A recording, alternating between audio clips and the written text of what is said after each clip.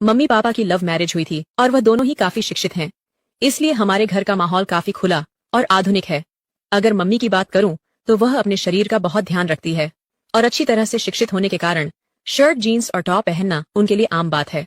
Mummy अपनी fitness का ध्यान रखने के कारण काफी आकर्षक और खूबसूरत दिखती है। मैं घर में उनका इकलौता बेटा हूँ, इसलिए मुझे हमेशा बहुत प्यार मिला है।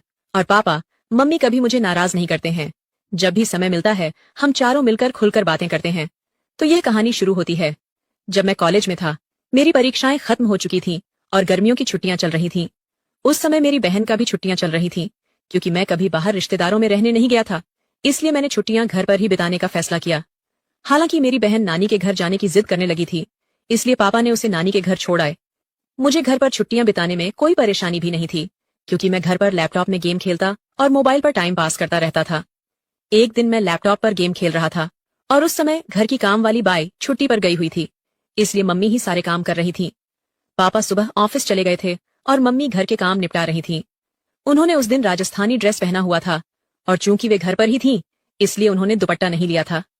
इस समय मम्मी मेरे कमरे में आई और झाड़ू लगाने लगी। मैं बेड पर बैठा गेम खेल रहा था। जैसे ही मम्मी कमरे में आई और झाड़ू लगाने लगी, मैंने उनकी ओर ध्यान देना शुरू किया, क्योंकि उन्होंने दुपट्टे नहीं ली थी। कुछ चीजें साफ दिखाई दे रही थीं। अचानक मम्मी ने मेरी ओर देखा और बोली, उठ, मुझे बेडशीट ठीक करने दे और फिर अपना गेम खेलना। फिर मैं तुरंत दूसरी तरफ देखने का नाटक करने लगा और फिर उठकर बाथरूम में चला गया। बाथरूम में जाकर मैंने सोचा कि कहीं मम्मी ने मुझे देखते हुए देख तो नहीं लिया। उस समय मैं डर गया था, लेकिन मेरे मन में कई तरह के विचार चलने लगे थे। मैं समझ नहीं पा रहा था कि जो मैंने देखा और सोचा वह सही था या गलत। फिर मैं बेडरूम में वापस आकर बैठ गया, लेकिन अब मेरा ध्यान गेम खेलने में नहीं लग रहा था। बेडशीट ठीक करके के मम्मी किचन में चली गई थी। तब मुझे राहत मिली कि मम्मी को कुछ शक नहीं हुआ। फिर मैंने अपना लैपटॉप बंद कर दिया और मोबाइल पर टाइम पास करने लगा। अचानक मुझे एक नोटिफिकेशन आया और मैंने उस पर क्लिक किया। वहां मुझे कई कहानियां दिखी, जिनमें एक कहानी माँ और बेटे के बारे में थी। मैंने वह कहानी पढ़ी जिसमें बेटा अपनी माँ के साथ किस तरह आनंद मनाता है। वह कहानी पढ़कर मेरे मन में भी कुछ वैसा ही ख्याल आने लगा। तब मैं बाथरूम में जाकर अपनी मम्मी के बारे में सोचते हुए हाथ से कुछ किया। फिर बाहर आया तो देखा कि उधर मम्मी किचन में खाना बना रही थी और फिर मैं फ्रिज से पानी की बोतल निकालते हुए मम्मी को देख रहा था। वे मेरी तरफ पीठ करके खड़ी थीं और मैं उन्हें ध्यान से देख रहा था। उनका ध्यान खाना बनाने में था, इसलिए उन्हें पता नहीं चला कि मैं उन्हें किस तरह देख रहा हूँ। और तभी अचानक मम्मी पीछे मुड़ी और मेरी तरफ देखते हुए बोली, क्या रे नीरज, क्या हुआ, क्या देख रहा है? मैं घबरा गया और स्थिति संभालते हुए बोला, कुछ नहीं मम्मी, मैं देख रहा था कि मेरी प्यारी मम्मी कितनी मेहनत करती है, सुबह से लेकर रात तक। ये सुनकर मम्मी को बहुत अच्छा लगा और उसने कहा, हाँ बेटा, कुछ सालों में तुम्हारी भी पत्नी आ जाएगी मेरी मदद करने के लिए। और मम्मी हंस पड़ी। इतना कहकर मैं अपने बेडरूम में चला गया और सोचा कि मम्मी को क्या पता कि मैं उसे ही देख रहा था और क्या सोच रहा था। इस तरह मम्मी को देखते देखते कुछ दिन निकल गए और तब मैंने सोचा कि सिर्फ देखने से कुछ नहीं होगा, कुछ प्लान बनाना पड़ेगा। ऐसा सोचते सोचते शाम हो गई और पापा ऑफिस से घर आ गए। उन्होंने कहा कि ऑफिस के काम के लिए मुझे 10 दिनों के लिए विदेश जाना पड़ेगा। यह सुनकर मैं मन ही मन बहुत खुश हुआ और मैंने सहमति में सिर हिला दिया। फिर 3 दिन बाद पापा जाने वाले थे और मैंने ठान लिया कि जो भी करना है इन 10 दिनों में ही करना है, नहीं तो फिर ऐसा मौका नहीं मिलेगा। अगले दिन रविवार था, पापा जाने वाले थे, इसलिए थोड़ी बहुत शॉपिंग करनी थी। मम्मी और पापा शॉपिंग के लिए निकलने वाले थे। तब मुझसे पूछा, तू आएगा? तो मैंने मना कर दिया और कहा, आप लोग जाओ, मैं गेम खेलूंगा। फिर वे दोनों चले गए और उनके जाते ही मैंने दरवाजा लॉक किया और उनके बेडरूम में गया। मैंने अलमारी खोलकर देखा कि क्या मुझे कोई आइडिया मिलता है। तभी मुझे एक युक्ति सूझी। मैंने और ढूंढने की कोशिश की तो मुझे मम्मी की लिपस्टिक और बॉडी स्प्रे मिला। ढूंढते हुए मुझे मम्मी के कई कपड़े मिले। उनमें एक ड्रेस मिला। मम्मी का वह 1 पीस था, लाल रंग का। उसे देखकर मैंने सोचा, मम्मी इस ड्रेस में कैसी लगेगी। सोचते सोचते मैंने अलमारी में कपड़े ठीक ठाक से रख दिया, लेकिन बेडरूम में मम्मी की फोटो देखकर मुझे फिर से कुछ अजीब महसूस हुआ। अब मैंने मन में ठान लिया था कि मम्मी के नाम पर कुछ भी नहीं होने वाला। अब कुछ करना ही पड़ेगा, तभी मैं शांत हो पाऊंगा। सब कुछ ठीक से समेटकर मैं हॉल में आकर टीवी देखने लगा। तभी मम्मी और पापा वापस आ गए और बैठ गए।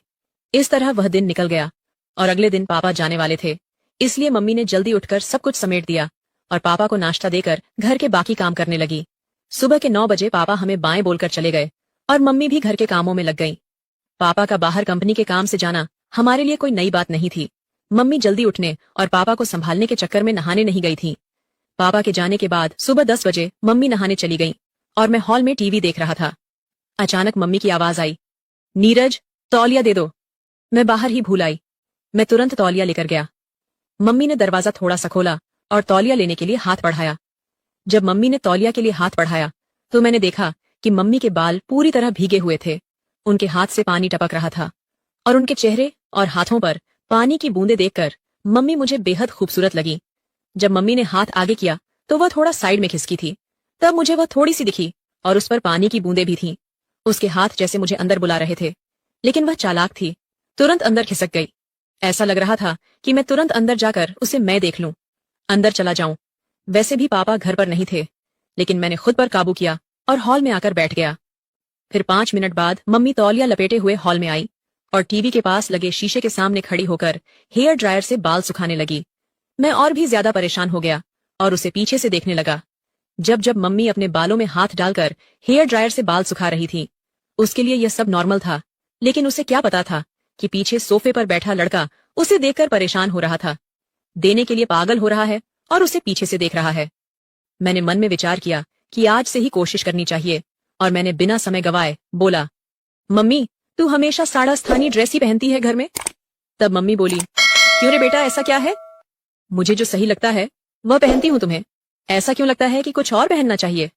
तब मैंने कहा, कुछ नहीं मम्मी, कल जब तूने जीन्स और टॉप पहना था तो बस यूं ही कह रहा था। तब मम्मी बोली, अरे पागल, घर में कौन जीन्स और टॉप पहनता है, बाहर जाना हो तभी पहनूंगी ना। फिर मैंने कहा, ऐसा नहीं है मम्मी, जब तू साड़ी और राजस्थानी ड्रेस पहनती है तो थोड़ा उम्र दराज लगती है, इसलिए बोला। फिर मम्मी ने जवाब दिया कि अब जवान बनकर क्या करना है, जिससे प्यार किया उससे शादी कर ली, और अब तुझ जैसा आलसी बेटा और पूजा जैसी खूबसूरत बेटी है, फिर और क्या चाहिए। इतना कहकर मम्मी जोर से हंसी और बेडरूम में कपड़े पहनने चली गई। मैं भी हंस पड़ा और टीवी देखने लगा। थोड़ी देर बाद मम्मी बाहर आई। कपड़े बदलकर देखकर मुझे खुशी भी हुई और नाराजगी भी, क्योंकि उसने मेरी बात मानी थी। नाराज इसीलिए कि अब वह फिर से पूरी तरह से ढकी हुई थी। मम्मी हॉल में आई और बोली, अब कैसी लग रही हूं? मैं हैरान होकर बोला, वाह, अब तो तू एकदम मेरी उम्र की लड़की लग रही है। मम्मी बोली, अरे बुद्धू, तेरे और मेरे बीच 18 साल का अंतर है और कैसे मैं तेरी उम्र की लग सकती हूँ। अब मुझे समझ नहीं आ रहा था कि क्या कहूँ, लेकिन कुछ तो कहना था, इसलिए मैंने कहा, अरे मम्मी, हमारा और तेरा उम्र का अंतर हमें पता है, लेकिन बाहर किसी को थोड़ी पता है। अगर हम दोनों बाहर घूमने गए तो लोग सोचेंगे कि हम गर्लफ्रेंड बॉयफ्रेंड हैं। इतना कहकर मैं जानबूझकर रुक गया और मम्मी की प्रतिक्रिया देखने लगा। तभी मम्मी ने बिना समय गवाए उत्सुकता से पूछा, अच्छा, और क्या बोलना बेटा? अब आगे मैंने कुछ नहीं बोला, बस इतना कहा कि छोड़ो मम्मी, तुम्हें गुस्सा आ जाएगा। तब मम्मी बोली, मुझे कभी तुझ पर गुस्सा आया है क्या? और तुझे भी पता है कि मेरा बेटा कभी गलत नहीं करता, तो मुझे गुस्सा क्यों आएगा? अब जल्दी बोल, क्या कहने वाला था? तब मैंने कहा कि अगर हम साथ में बाहर कहीं घूमेंगे तो लोग हमें गर्लफ्रेंड बॉयफ्रेंड समझेंगे, लेकिन तुम्हारे गले में मंगलसूत्र देखकर वे हमें पति पत्नी भी समझेंगे। ये सुनकर मम्मी जोर जोर से हंसने लगी। फिर मम्मी बोली, अरे बाप रे, इतनी छोटी सी बात के लिए मुझे क्यों गुस्सा आएगा? और फिर से मम्मी हंसने लगी। तब मैंने उनसे कहा, हंसो मत मम्मी। इतना कहकर मम्मी ने मुझे चिढ़ाने के लिए फिर से हंसना शुरू कर दिया और मैंने मम्मी की तरफ दौड़ लगाई। मजाक में मारने के लिए मम्मी तब भागकर किचन में चली गई और हंसती रही। फिर मैं हॉल में बैठकर सोचने लगा कि चलो, शुरुआत तो हो गई है, लेकिन अभी बहुत काम बाकी है, और वह भी उतना ही मुश्किल। मम्मी बहुत संस्कारी है और मैंने कभी उसे ऐसा महसूस नहीं किया कि उसे इस तरह की किसी चीज की कमी महसूस हो रही हो। मम्मी और पापा की लव मैरिज होने की वजह से खुशी तो उनमें पहले से ही है, जरूरत तो मुझे थी और मुझे वह जरूरत किसी भी हाल में पूरी करनी थी, वो भी मम्मी से। फिर थोड़ी देर बाद मैंने फिर से कोशिश शुरू की। मम्मी किचन में काम कर रही थी। मैं वहां गया और कहा, मम्मी, तुम्हें रोज रोज ये काम करते करते बोर नहीं होता क्या? तब मम्मी ने कहा, नहीं बेटा, जब हमारी काम वाली बाई आती है तब मुझे आराम मिलता है। तब मैंने कहा, माँ, अभी तो छुट्टियां शुरू ही हुई हैं और मुझे बहुत बोरियत फील हो रही है। तब मम्मी ने बोला, तो क्या करें, कहाँ चले घूमने, हम दोनों ही हैं घर में। अब मैंने कहा, हाँ चलेंगे मम्मी, लेकिन पापा के आने के बाद। तब मम्मी बोली, तब तक क्या करेगा? मैंने बोला, मुझे एक गेम पता है, अगर तुम्हें कोई दिक्कत ना हो तो खेलते हैं घर में। मम्मी ने कहा, मुझे लैपटॉप पर गेम्स खेलने में कोई दिलचस्पी नहीं है, कुछ और बताओ। फिर मैंने कहा, अरे मेरी प्यारी मम्मी, लैपटॉप पर नहीं, बस ऐसे ही हम दोनों खेलेंगे। तब मम्मी बोली, अच्छा ठीक है, कौन सा गेम है? मैंने बोला, मम्मी, ट्रूथ और डियर। तब मम्मी बोली, अच्छा वो गेम ठीक है, खेलते हैं, लेकिन पहले मुझे घर के काम खत्म करने दे, फिर खेलेंगे। तब मैंने कहा, ठीक है मम्मी, तब तक मैं अपने बेडरूम में जाता हूँ। जब तुम्हारा काम खत्म हो जाए तो बेडरूम में आ जाना। यह कहकर मैंने उसे पीछे से गले लगा लिया और गाल पर एक किस किया और फिर बेडरूम में जाकर बैठ गया। मैं बैठकर सोचने लगा कि मम्मी तैयार तो हो गई है, लेकिन क्या पूछूं जिससे उसे गुस्सा ना आए और मेरा काम भी हो जाए। थोड़ी देर बाद मम्मी बेडरूम में आई और मेरे सामने बैठ गई। फिर मम्मी बोली, अब बोल क्या खेलना है। तब मैंने बोला, मम्मी तुम्हें तो पता ही है, ट्रुथ और डियर का खेल। अब मुझे बताओ कि गेम की शुरुआत तुम करोगी या मैं। तब मम्मी ने कहा, तुम ही करो शुरुआत। फिर मैंने मम्मी से पूछा, आपको ट्रुथ चाहिए या डेयर। तब मम्मी बोली, ट्रुथ। फिर मैंने सवाल पूछा, तुम्हारा शादी से पहले कोई बॉयफ्रेंड था। मेरा सवाल सुनते ही मम्मी बोली, यह कैसा सवाल है नीरज। तब मैंने कहा, यही मेरा सवाल है और आपने ही तो ट्रुथ चुना है, तो अब बताओ। फिर मम्मी बोली, हाँ मेरा बॉयफ्रेंड था और वह तुम्हारे पापा ही हैं। इसके बाद मैं मम्मी से बोला, अब आप मुझसे पूछो, मेरा भी ट्रुथ है। तब मम्मी ने थोड़ा सोचा और फिर मुझसे सवाल पूछा। मम्मी बोली, तुम्हारी कोई गर्लफ्रेंड है। तब मैंने हाँ में जवाब दिया और कहा, हाँ है, वह मेरे सामने ही बैठी है। मेरा जवाब सुनते ही मम्मी थोड़े गुस्से में बोली, अरे बेटा ऐसा बोलना गलत है, मैं तुम्हारी मम्मी हूँ। शुरू में ही मेरा आत्मविश्वास थोड़ा कम हो गया क्योंकि मम्मी को ऐसे गेम्स में कोई इंटरेस्ट नहीं था और वह संस्कारी थी, लेकिन मैं हार मानने को तैयार नहीं था। तभी मैंने कहा, अरे मम्मी मजाक में बोला था, आप तुरंत क्यों गुस्सा हो जाती हो। तब मम्मी प्यार भरी मुस्कान के साथ हंस पड़ी और सिर हिला दिया। इसके बाद फिर मैं मम्मी से पूछा, अब आपको क्या चाहिए, ट्रुथ या डियर। तो फिर से मम्मी ने ट्रुथ बोला। तब मैं उनसे सवाल किया, शादी से पहले क्या आपने कभी आनंद लिया या कोई खेल खेला है। तब मम्मी गुस्से में बोली, नीरज ये ज्यादा हो रहा है, मुझे नहीं लगता कि तुम्हें ऐसे सवाल पूछने चाहिए, अब हमें यही रखना चाहिए। इस पर मैं कहा, अरे मम्मी हम अच्छे दोस्त हैं और मुझे नहीं लगता कि तुम मुझसे कुछ छुपा सकती हो। अगर तुम मुझसे प्यार करती हो और मुझ पर विश्वास है। तो फिर मम्मी बोली, लेकिन बेटा तुम मेरे बेटे हो और ये बातें सही नहीं है। तब मैंने उनसे कहा, मम्मी तुम तो बहुत पढ़ी लिखी हो, फिर भी तुम्हें ये बातें गलत लगती हैं। ये वही बातें हैं जो हमें फर्स्ट साइंस में सिखाई जाती है। तब मम्मी बोली, ये साइंस में नहीं सिखाई जाती बेटा। तब मैंने कहा, नहीं सिखाई जाती तो फिर मुझे इन चीजों के बारे में कुछ भी पता नहीं होना चाहिए। इसके बाद मम्मी बोली, तुम्हें हर चीज जानने का पूरा हक है, लेकिन ध्यान रखो कि तुम किससे पूछ रहे हो। तुम मुझसे यानी अपनी माँ से ये सब पूछ रहे हो। तब मैंने कहा, मम्मी तुम्हें भी पता है कि मेरे कोई और दोस्त या गर्लफ्रेंड नहीं है, तो मैं किससे पूछूं, तुम ही हो जिससे मैं हर बात करता हूँ। तब मम्मी को थोड़ा बुरा लगा क्योंकि बचपन से ही मैं ज्यादा बाहर नहीं गया था और इसलिए मेरे ज्यादा दोस्त भी नहीं थे।